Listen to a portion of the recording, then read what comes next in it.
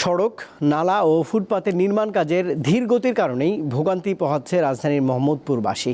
ঠিকাদারি প্রতিষ্ঠান দায় চাপাচ্ছে সিটি কর্পোরেশনের ঘাড়ে, আর ডিএনসিসি মেয়র জানালেন অভিযোগ পেলেই ব্যবস্থা নেবেন তিনি। কোনোটিতে পয়নালা নির্মাণ, কোনোটার ফুটপাত উন্নয়ন, আবার কোনো সড়কে চলছে ওয়াসার পানির লাইনের কাজ। এগুলো সবই রাজধানীর মোহাম্মদপুর এলাকার চিত্র।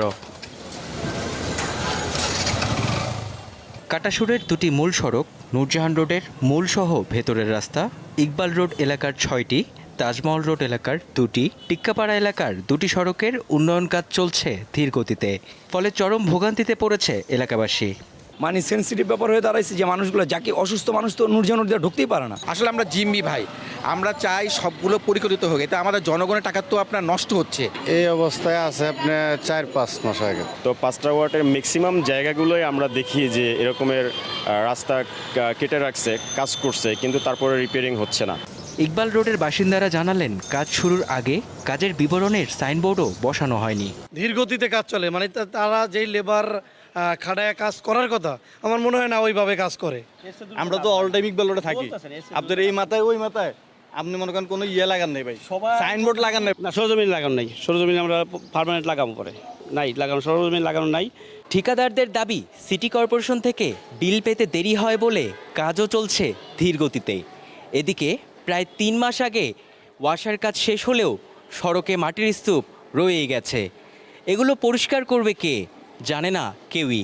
রাস্তা কাটার পরে যে ওয়েস্টেজগুলো থাকে, এগুলো অ্যাকচুয়ালি ক্লিনিংয়ের দায়িত্ব কার? ওয়াসার না আমাদের সিটি কর্পোরেশন? এটা কিন্তু আমাদের কাউন্সিলরের কাছে সঠিক কোনো তথ্য নেই।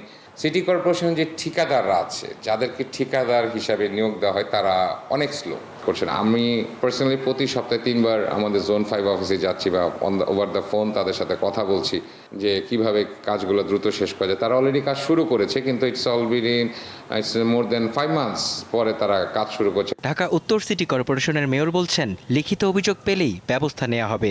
ঠিক মতো হচ্ছে না, যদি একটা লিখিত কমপ্লেন যদি আসে, তাহলে অবভিয়াসলি আমাদের কোয়ালিটি ইন্সপেক্টর যাবে, আমরা ইঞ্জিনিয়ার যাবে, সকলেই যাবে। আমি আমার অফিস থেকে মেয়র দপ্তর থেকে নির্দেশ দিয়ে দিয়েছি যে প্রত্যেকটি জায়গাতে সাইনবোর্ড দিতে হবে, এবং সাইনবোর্ড যদি থাকে, তাহলে বিল যখন নিতে আসবে প্রথম বিলই সে কিন্তু আটকেই যাবে। কিন্তু শুধু সাইনবোর্ড না, আমি এখন তো বলেছি প্রত্যেকটা রোডের আইডি নম্বরও থাকতে হবে। একই অবস্থা রাজধানীর অনেক এলাকায়। উত্তর খান, দক্ষিণ খান, বাড্ডা, চুরাইন, শ্যামপুর, শেওড়াপাড়া, মিরপুর 2, মিরপুর 10 ও ধানমন্ডির বিভিন্ন সড়কে খোঁড়াখুড়ির কাজ চলছে। সবখানেই আছে ধীরগতির অভিযোগ। মেহেদী হাসান, দীপ্ত সংবাদ, ঢাকা।